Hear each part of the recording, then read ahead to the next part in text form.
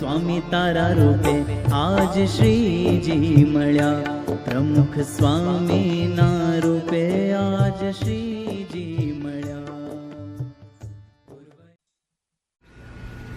કેટલીક વસ્તુઓ છે આપણે જાણીએ છીએ, સમજીએ છીએ, છતાં એ આસક્તિ આપણે મૂકી શકતા નથી. કારણ કે જીવમાં દેવું દૃઢ થઈ ગયું છે. એટલે સત્સંગનો મહિમા કરતા વાર્તા, કીર્તન, ભજન બધું જ કરતા હોઈએ છીએ.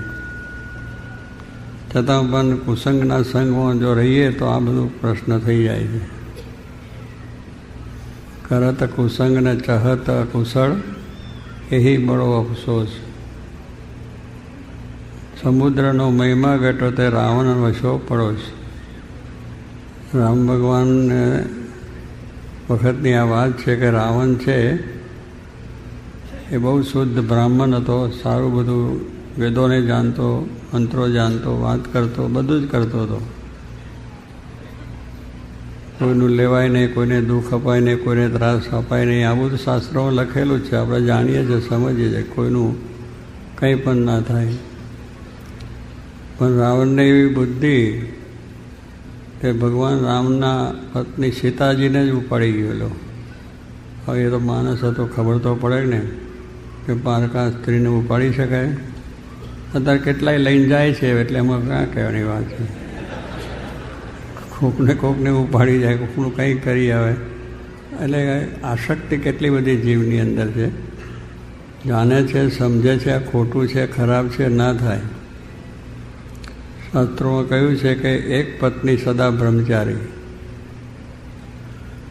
શાસ્ત્ર પ્રમાણે જો તમે બધું કરો તો તમારી જગતમાં પ્રસિદ્ધિ વધે, આબરૂ વધે અને તમને જીવમાં પણ શાંતિ રહે. પણ હવે એક પત્ની છે ને એને મૂકીને આપણે બીજે જઈએ એટલે એક વિશ્વાસઘાત થયો. કારણ કે આપણે જેની સાથેનો અગ્નિ, દેવ, બ્રાહ્મણ બધાની સમક્ષ પ્રતિજ્ઞાથી જોડ્યા છે. આ જે લગ્ન વિવાહ પ્રસંગ છે એ પણ એક આપણો સંસ્કાર છે કે આ રીતે આપણે જેના સાથે જોડાયા છે એને મૂકીને બીજા મન જવું ન જોઈએ.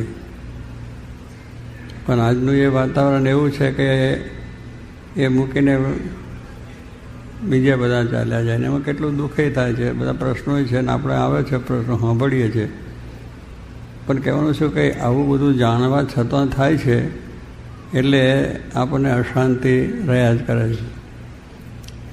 ભગવાનની ઈચ્છાથી શાસ્ત્રની રીતે, શાસ્ત્રવિધિ પ્રમાણે બ્રાહ્મણ અગ્નિની સાનિધ્યમાં, બધા વડીલોની સાનિધ્યની અંદર આપણે જ્યારે પાણી ગ્રહણ કર્યું છે એટલે વિવાહ પ્રસંગ થયો છે, તો પછી એ વસ્તુને મૂકીને બીજે જવાનો વિચાર હોવો જોઈએ નહીં. એકબીજાનો વિશ્વાસઘાત છે. જ્યારે પ્રતિજ્ઞાથી આપણે એકબીજાને જોડે જ્યારે ધંધો કરીએ છીએ, બહુ વિશ્વાસથી આપણે એકબીજાની પ્રતિજ્ઞા કરીએ છીએ, પણ એમાંય વિશ્વાસઘાત થાય છે. એટલે માણસને કહેવું કે હજુ આસક્તિઓ અંદર પડી છે ને એ છે, એને લઈને આ બધું થાય છે. પણ ગમે તે એક વિશ્વાસથી એક આપણે બોલ્યા, રઘુકુળ રીત ચલી આવી, પ્રાણ જાય और વચન ન જાય, એ આખી કુળ રીતિ હતી. તે રઘુ રામ ભગવાનનું કુળ બધા ચાલે. તો કહેવાનું શું છે કે આપણે આવી એક દુનિયાની તુચ્છ જેવી વસ્તુઓ માટે આપણે આવું બધું ખોટું કરીએ છીએ કે આપણા સંસારને છિન્ન ભિન્ન કરી નાખીએ છીએ, સમાજને છિન્ન ભિન્ન કરી નાખીએ છીએ અને અનેક રીતે આપણે ખોટી રીતે વસીને આપણે અનેક જાતના બધું કાર્ય કરીએ છીએ. ભગવાને આપણને શરીર આપ્યું છે, ખાવાનું પણ આપે છે, હાથ પગ આપ્યા છે, પૈસા તમે કમાવો, પોતાની રીતે બધું કરો, લગ્નની પ્રસંગોની વિધિ પણ સારી રીતે થાય છે. પણ બીજે તમે વિચાર ન કરો. અત્યારના પ્રમાણમાં સિરિયલ આવે છે ને ટીવી પણ આવે છે અને બધા ઘણા એવા આવે છે. આજે એટલો બધો મોહ થઈ ગયો છે કે આપણે બધી આપણી નાતને, જાતને, કુટુંબને, પરિવારને, ખાનદાની, બાંધદાની, પૈસા ભૂલી ગયા છે અને એમાં આપણે પડ્યા છે. અને એમાં બધું એટલું જ સસલીસ આવે છે કે જે ન કરવાનું પણ આપણે થાય છે. એ જાણીએ છીએ છતાં પડીએ છીએ અને કરીએ છીએ. એટલે આવા બધા કુસંગ કહેવાય. એ કુસંગનો ત્યાગ કરવો જોઈએ. એ જોવાથી જ આપણામાં વિકારો ઉત્પન્ન થાય છે. અંદર પડેલી વસ્તુ છે, તમે જુઓ એટલે તરત વિકાર થાય. એટલે એ આપણે કહીએ છીએ પણ હવે પશ્ચિમનો વાયરો એવો છે એટલે આ છોકરા પણ એ જ કરવા માંડેલો. એ લારી જોઈને પાનપટ્ટી શું કહેવાય એને, ગુટકા, કેટલા રૂપિયાના ગુટકા ખાધા કેટલા ખાધા. હવે અત્યારેથી છોકરા આવું પઠાને આ પેલા પૈસા કમાવાળાને જ આમ ભલે ને એને પ્રાણ જાય છોકરો બગડી જાય તો પાનપટ્ટી કરી અને 5-10 રૂપિયા પડાવી લે, 10 રૂપિયાના થાય એટલે કેવું પણ આગળ લારી ચાલી ખાવાની આસક્તિ ત્યાં કે ગરમ ગરમ ભજીયા, ફર્સ્ટ ક્લાસ ગોટા એકદમ બનેલા, આમ જોતાની સાથે મન થઈ જાય. દરબારી ગોટા આપણે ગોંડલના દરબારી ગોઠા અમારે ગોંડલમાં બહુ વખણાય છે. ગમે તે હોય તો ત્યાં જ્યાં વગર રહે નહીં જો ખાય. પણ પેલા વળી સત્સંગીને કહ્યા તો ક્યાં આમાં કશું, આ તો કંઈ મવસાર તો છે નહીં, અંદર કશું છે નહીં, પણ નહીં અંદર બીજું ઝેર છે એ લાગે ને, ડુંગળી છે ને એ કસ્તુરી કહેવાય. લોકો છે ને કે કસ્તુરી કહેવાય ને કસ્તુરીથી તાકાત આવે છે, પણ કસ્તુરી તાકાત નહીં, આખો જીવ જાય છે ને આખા એ થઈ જાય છે. પછી જાણીએ છીએ કે આ બધી ખરાબ વસ્તુ છે ને આપણે સત્સંગી માટે તો મહારાજે લખી જ દીધું, શિક્ષાપત્રી પ્રણય એ સત્સંગી.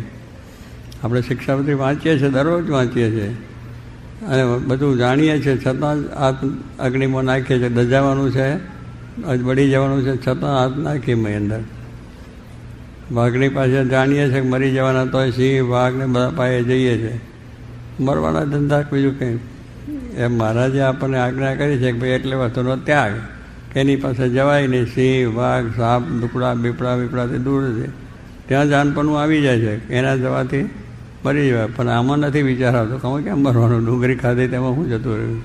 એ તો સારું છે પણ આ તો આજ્ઞા છે, ભગવાનની આજ્ઞાનું જેટલું પાલન એટલું સુખ, જેટલું આજ્ઞા પડે એટલું અંતરમાં સુખ આપણને આવે.